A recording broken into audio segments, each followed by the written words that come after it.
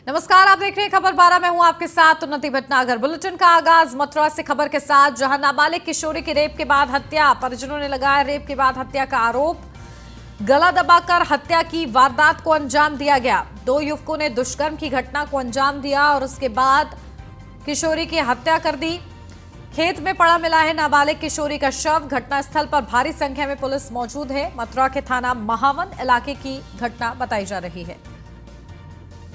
तो मथुरा से ये पूरी खबर सामने आई है, जहां पर किशोरी के साथ दुष्कर्म किया गया। 2 युवक थे आरोपी, जिन्होंने दुष्कर्म किया और उसके बाद गला दबाकर किशोरी की हत्या कर दी। घटनास्थल पर भारी संख्या में पुलिस मौजूद रही। मथुरा के थाना महावन इलाके की ये घटना बताई जा रही है। खेत में शव मिला है नाबालिग किशोरी का। तो परिजनों का रो रो कर बुरा हाल है। पूरे हादसे के बाद जो वाकया उनकी बेटी के साथ गुजरा, गला दबाकर हत्या की गई है फिलहाल इस पूरे मामले में। शाम में सूचना मिली कि एक खेत में युवती की जो नाबालिग है उसकी डेड बॉडी मिली है। प्राप्त जानकारी पर तत्काल पुलिस टीम आई है। शव को यहां से मॉर्चरी भिजवा दिया गया है। परिजनों द्वारा आशंका जताई जा रही है कि युवती के साथ दुष्कर्म किया है, उसके बाद उसकी हत्या की गई है। 2 आरोपी को भी लोगों ने मौके पे पकड़ा है। आगे की कार्रवाई जो है अभियोग पंजीकरण तथा अन्य कार्रवाई की जा रही है। शाम में सूचना मिली कि एक खेत में युवती की जो नाबालिग है। मथुरा से अगली खबर, जहां श्री कृष्ण जन्म स्थान और शाही ईदगाह मस्जिद पर हनुमान चालीसा पाठ करने की घोषणा। 6 दिसंबर को मथुरा चलो अभियान के तहत पाठ करने की घोषणा। हिंदू महासभा ने अभियान के तहत पाठ करने की घोषणा की है। मथुरा चलो अभियान को देखते हुए जिले में धारा 144 लागू कर दी गई है। पिछले साल भी लड्डू गोपाल का जलाभिषेक करने की घोषणा हुई थी। पाठ करने की हिंदू महासभा के राष्ट्रीय कोषाध्यक्ष और राष्ट्रीय अध्यक्ष ने अपील की है। हिंदू महासभा के राष्ट्रीय कोषाध्यक्ष दिनेश शर्मा ने सीएम योगी को खून से पत्र लिखा है। 6 दिसंबर को आपके अधिकारी हिंदुओं को रोकेंगे तो मुझे इच्छा मृत्यु दे, ये पत्र में लिखा गया है। तो देखिए, हनुमान चालीसा का पाठ करने की घोषणा की गई है। हिंदू महासभा के कोषाध्यक्ष की तरफ से ये घोषणा की गई है और उन्होंने इसी के चलते पत्र भी लिखा है सीएम योगी आदित्यनाथ को खून से, जहां उन्होंने कहा है कि अगर 6 दिसंबर को रोका गया तो आपके अधिकारी ने अगर रोका तो मुझे इच्छा मृत्यु दे दे।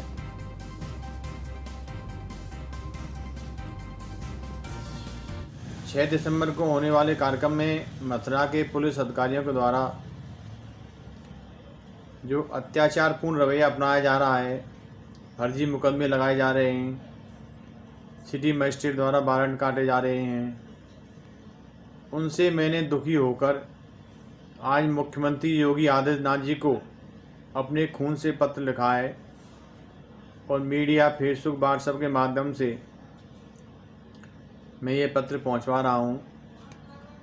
मैंने मांग की है, माननीय मुख्यमंत्री जी, आप तो हनुमान जी का अवतार हैं और आपके होते हुए मथुरा के अधिकारी ऐसा कार्य कर रहे हैं, ये बहुत ही दुर्भाग्यपूर्ण है। 6 दिसंबर को होने वाले कार्यक्रम। लखनऊ से अब खबर, जहां पीडब्ल्यूडी के 2 निगमों में बड़ा फेरबदल, जहां यूपीआरएनएन और सेतु निगम दोनों के एमडी हटाए गए हैं। निर्माण निगम एमडी संजय तिवारी हटाए गए हैं तो सेतु निगम के एमडी संजीव भारद्वाज हटाए गए हैं। योगेश कुमार को यूपीआरएनएन का एमडी बनाया गया है। राकेश सिंह सेतु निगम के नए एमडी बनाए गए हैं। तो देखिए, ये बड़ा फेरबदल किया गया है निगमों में, जहां एमडी को बदला गया है। योगेश कुमार को यूपीआरएनएन का एमडी बना दिया गया है और इसी के साथ राकेश सिंह को सेतु निगम के नए एमडी के रूप में तैनात किया गया है। तो जिम्मेदारियों में ये बड़ा फेरबदल, पीडब्ल्यूडी के 2 निगमों में ये बड़ा फेरबदल हुआ है। कार्य प्रणाली ठीक तरीके से चलती रहे, इसी को लेकर ये फेरबदल। यूपीआरएनएन और सेतु निगम दोनों के ही एमडी हटा दिए गए हैं, जहां निर्माण निगम एमडी संजय तिवारी को हटाया गया है। तो इसी के साथ सेतु निगम के एमडी संजीव भारद्वाज को भी हटा दिया गया है और इसकी जगह नई तैनातियां की गई हैं। बता दें योगेश कुमार को यूपीआरएनएन का एमडी बनाया गया है, तो राकेश सिंह सेतु निगम के नए एमडी बनाए गए हैं। तो पीडब्ल्यूडी के 2 निगमों में ये बड़ा फेरबदल हुआ है।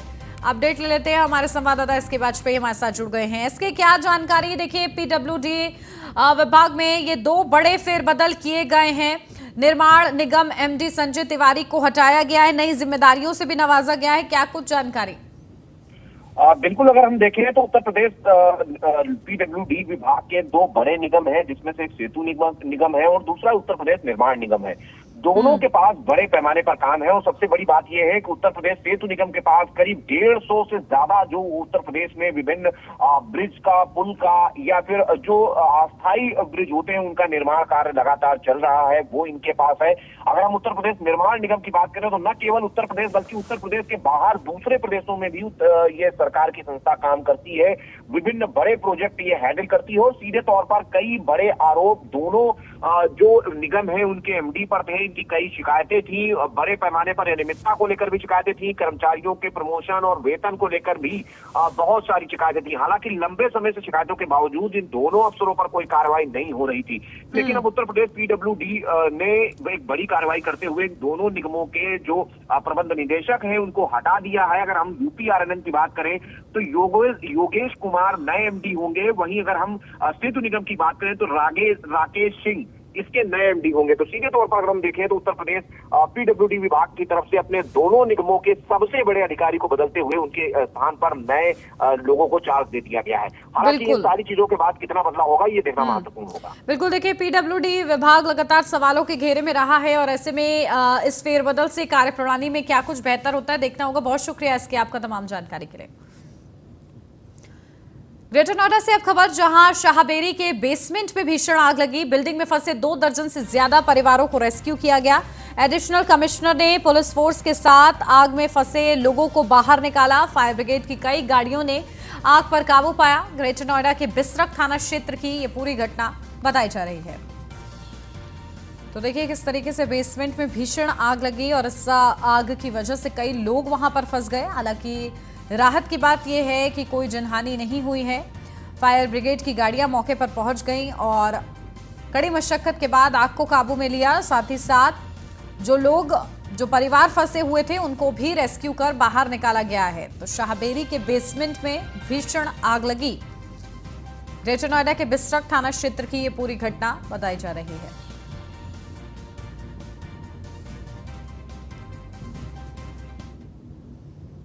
लखनऊ से अब खबर, जहां यूपी कोऑपरेटिव बैंक में आग लगी है। बिल्डिंग की 8वीं मंजिल पर आग लगी, जहां दमकल की कई गाड़ियां मौके पर मौजूद हैं। हजरतगंज डीएम आवास के बगल में है बिल्डिंग, जहां मुख्यालय में रखे कई अहम दस्तावेज जलकर राख हुए हैं। शीशा तोड़कर दमकल कर्मियों ने आग पर काबू पाया। 8वें तल पर कई अहम दस्तावेज रखे थे। देखिए बड़ी जानकारी, जहां यूपी कोऑपरेटिव बैंक में आग लगी है। बिल्डिंग की 8वीं मंजिल पर आग लगी, जहां दमकल की कई गाड़ियां मौके पर हालांकि पहुंच गई। हजरतगंज डीएम आवास के बगल में ये बिल्डिंग है। तो वही मुख्यालय में कई अहम दस्तावेज रखे थे जो जलकर राख हो गए हैं और इसी के साथ शीशा तोड़कर दमकल कर्मियों ने आग पर किसी तरीके से काबू पाया है। अपडेट लेते हैं, हमारे संवाददाता नीलेश चौहान हमारे साथ जुड़ गए हैं। नीलेश, क्या जानकारी? देखिए दस्तावेज जलकर खाक हुए हैं, नुकसान हुआ है वहां पर, आग कैसे लगी, इसकी कोई वजह निकलकर सामने आई? देखिए बिल्कुल, आपको बता दें कि यूपी कोऑपरेटिव बैंक का मुख्यालय है डीएम ऑफिस के बगल में, जहां पर 8वें तल पर आग लगी थी। शॉर्ट सर्किट की वजह से आग लगना बताया जा रहा है। हालांकि जिस तरीके से आग लगी उसके तुरंत बाद ही जो फायर ब्रिगेड की गाड़ियां थी वो मौके पर पहुंच गई, क्योंकि फायर ब्रिगेड का जो स्टेशन है वो भी नजदीक भी है, 300 से 400 मीटर की रेंज में है। ऐसे में आनंद फानंद में गाड़ियां पहुंची और कर्मी पहुंचे, जिसके कारण आग विकराल रूप लेती उससे पहले ही उसको बुझा लिया गया है। लेकिन आग जब लगी उस समय तमाम दस्तावेज उस जगह पर रखे थे, उस अलमारी में रखे थे, जो जलकर राख हो गई है। अब देखना होगा उस जो जले हुए दस्तावेज हैं उनमें बैंक के क्या कुछ अहम दस्तावेज थे या फिर जो बैंक में जिनके खाते हैं उनके दस्तावेज रखे हुए थे, उन तमाम चीजों पर पड़ताल जारी है।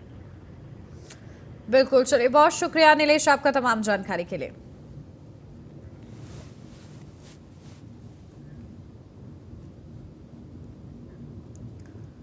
आगे खबरों के सिलसिले में ग्रेटर नोएडा से अब खबर, जहां निराला स्टेट सोसाइटी में लिफ्ट में फंसा मासूम।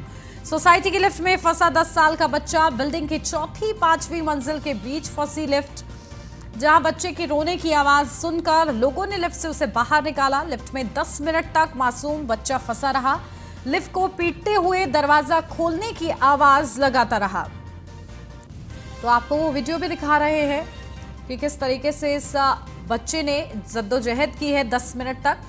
बिल्डर की अनदेखी से ये मासूम फंसा है। आखिर क्या इसके पीछे की वजह है, घटना का जिम्मेदार कौन है, ये बड़ा सवाल बनता है। जहां बच्चों को लिफ्ट की जानकारी ना देना, ये क्या वजह हो सकती है, या बच्चों को लिफ्ट में अकेले छोड़ना ये वजह हो सकती है, या लिफ्ट में किसी कर्मचारी का ना होना ये वजह है। आखिर जिस तरीके की घटनाएं सामने आ रही हैं उसके पीछे की वजह और जिम्मेदार उसका कौन है। तो देखिए, लिफ्ट में फंसे तो आप क्या करें, दरवाजा खोलने की कोशिश ना करें, ऊपर नीचे बिल्कुल भी ना कूदें अगर आप लिफ्ट में फंस जाते हैं तो, और तुरंत कॉल बटन वहां पर दबाएं, अलार्म बटन प्रेस करें और इसी के साथ इंटरकॉम से गार्ड को फोन करें। तो सिग्नल मिले तो तत्काल फोन करें, ये सुझाव है। अगर लिफ्ट में कोई भी फंस जाता है तो किस तरीके से पैनिक होने से आप बचें, इसके ये सुझाव हैं। तो ये लगातार बड़े सवाल बन रहे हैं इस जैसे मामले जब सामने आते हैं कि आखिर कौन जिम्मेदार है जब ये घटनाएं सामने आती हैं। क्या प्रॉपर मेंटेनेंस नहीं हो रहा है, प्रॉपर मॉनिटरिंग नहीं हो रही है, खासतौर से बच्चे इसका शिकार हो रहे हैं। हाल ही में 3 बच्चियां फंसी थी और उसके बाद देखिए अब ये मासूम फंसा है जो कि 14th फ्लोर पर जा रहा था, लेकिन 4th से 5th फ्लोर के बीच में ही लिफ्ट फंस गई।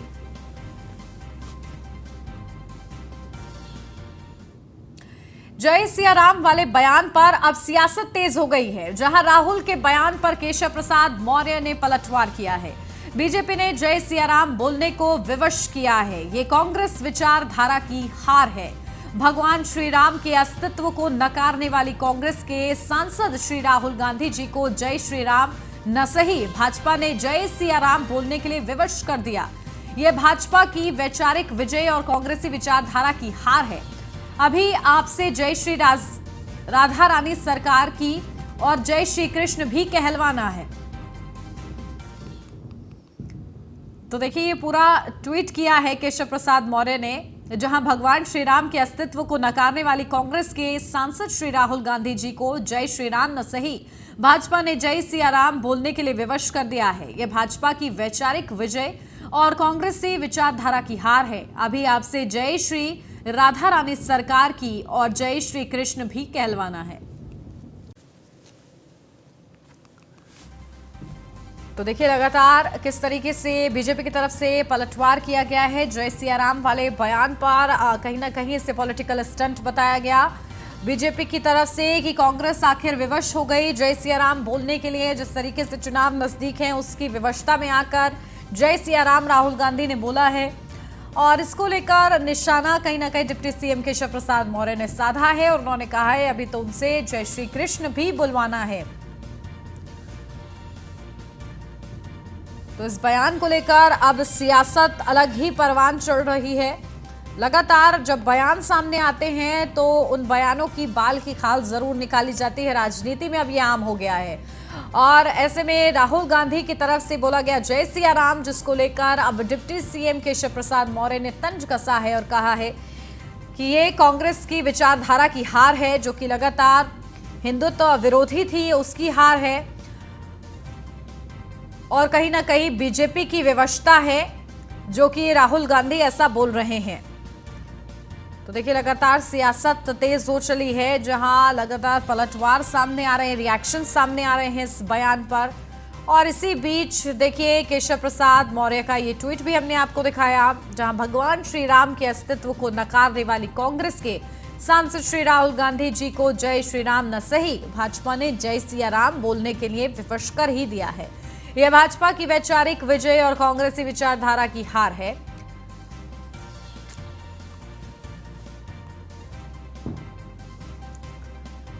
और अब खबर रामपुर से, जहां सपा नेता आजम खां की मुश्किलें बढ़ी हैं। भड़काऊ भाषण देने के मामले में केस दर्ज हुआ है। चुनाव आयोग, मंडल आयोग पर अभद्र टिप्पणी का यह पूरा मामला है। बीती रात नगर कोतवाली में दर्ज हुआ है मुकदमा। धार्मिक भावनाएं भड़काने के आरोप में भी केस दर्ज हुआ है। तो एक के बाद एक मुकदमे दर्ज हो रहे हैं। आजम खां की मुश्किलें कम होने का नाम नहीं ले रहे हैं और कहीं ना कहीं उसके पीछे की वजह है उनके ये बयान जो कि विवादित रहे हैं। जहां चुनाव आयोग के मामले में उन्होंने बयान दिया जिस पर मुकदमा दर्ज हुआ। मंडल आयोग पर अभद्र टिप्पणी का ये पूरा मामला बीती रात नगर कोतवाली में दर्ज हुआ। धार्मिक भावनाएं भड़काने के भी आरोप उन पर लग रहे हैं और इसके चलते भी केस दर्ज हुआ है।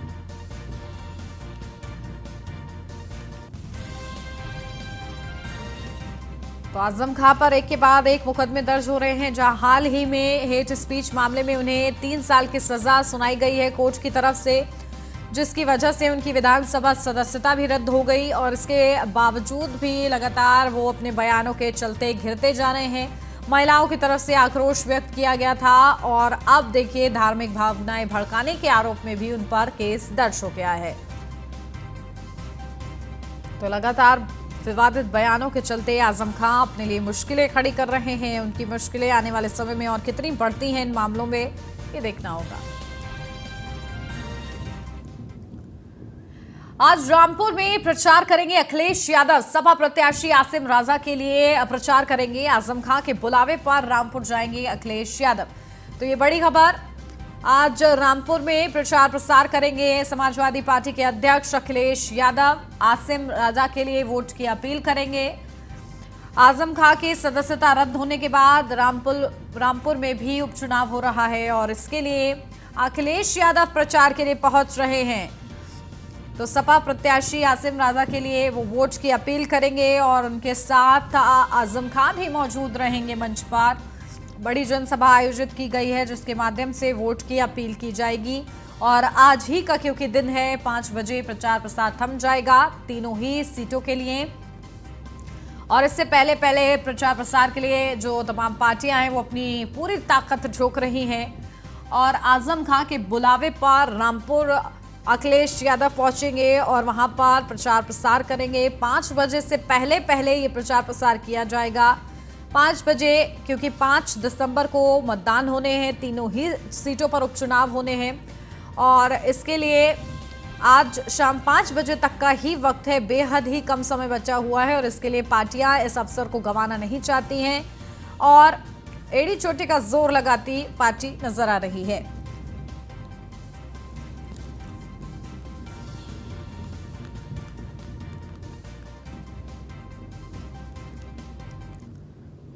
तीन सीटों पर उपचुनाव, आज प्रचार का अंतिम दिन। रामपुर, मैनपुरी और खतौली सीटों पर खत्म होगा प्रचार। शाम 5 बजे के बाद चुनाव प्रचार थम जाएगा।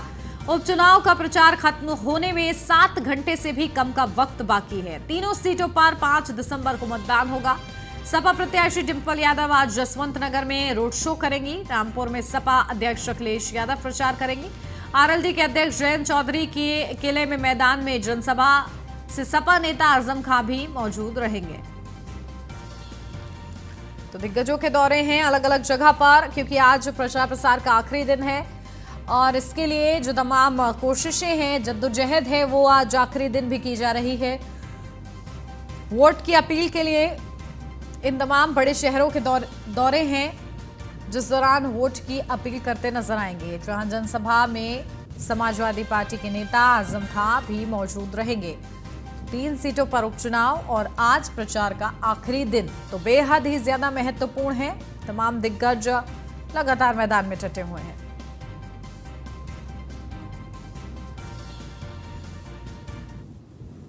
और इसी के साथ इस बुलेटिन में फिलहाल बस इतना ही। खबरों का सिलसिला आगे भी जारी है। आप बने रहिए न्यूज़ 1 इंडिया के साथ।